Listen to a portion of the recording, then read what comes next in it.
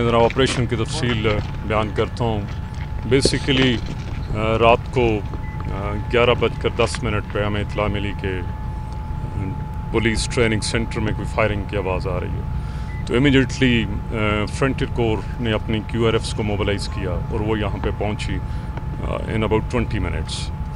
उसके साथ ही हमारी SOW स्पेशल जो विंग है वो उनके QRFs दोनों इमीडिएटली पहुँची उनके CO के साथ, और हमें पता चल गया कि यहाँ रिक्रूट्स जो हैं उन्हें हॉस्टेज किया गया है। और अंदर हमें उस वक्त तादाद का सही नहीं पता था कि कितने हैं। बाद में जब हमने कम्युनिकेशन उनका पिक किया तो हमें पता चला कि अंदर 3 दहशतगर्द हैं और तीनों सुसाइडर्स हैं, और वो ऑपरेट हो रहे हैं। इंस्ट्रक्शंस जो उनसे के मुतालिक बातचीत हो रही है वो अफ़गानिस्तान से हो रही है। तो फिर ऑपरेशन जो है वो FC की SOW ने और फिर साथ ही उसके आर्मी की लाइट कमांडो बटालियन के ट्रुप्स आ गए, उनके CO आ गए, उनके ऑफिसर्स आ गए, उन्होंने मिल के ऑपरेशन किया। बिल्डिंग में एक ही एंट्री पॉइंट था, इसलिए ऑपरेशन को बड़ा प्रिसाइजली करने की रिक्वायरमेंट थी, और वहाँ से फिज़िकली उन्होंने एंटर होना था और वहीं पे सुसाइडर खड़े थे। एक सुसाइडर तो पहले एक्सप्लोड कर चुका था। जो ही इन्होंने एंट्री की कोशिश की तो उन्होंने आगे से फायर किया।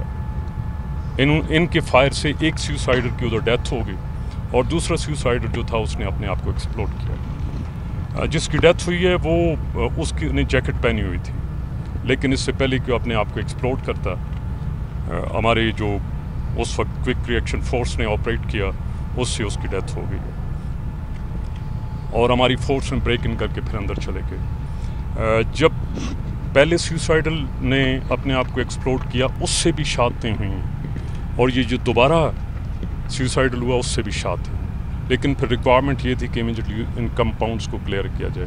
एग्जैक्टली हमें ये नहीं पता था और कितने हैं।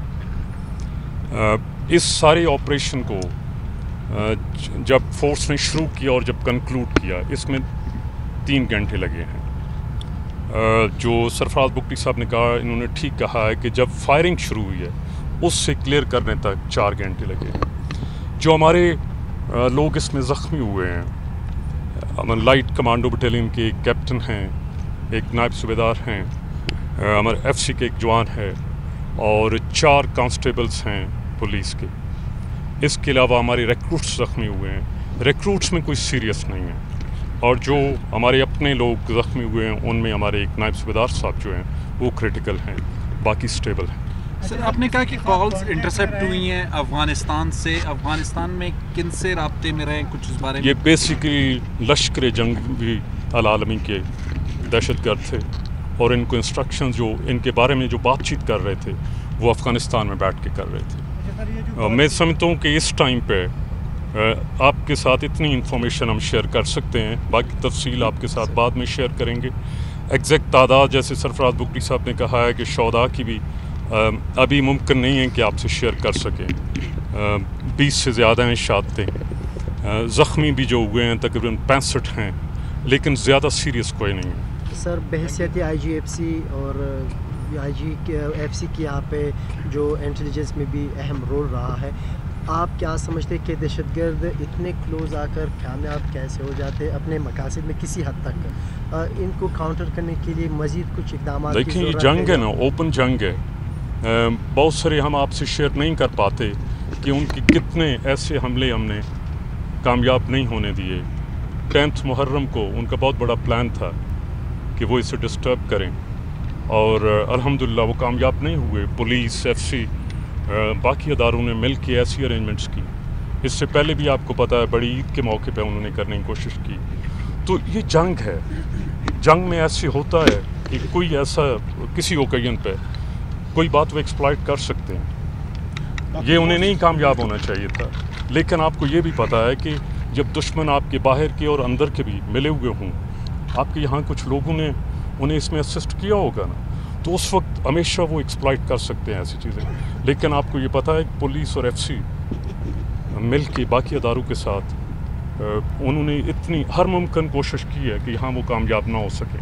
और आप ये देखें कि उनकी कोशिशों की वजह से वो कोई बड़ा हमला नहीं कर सके।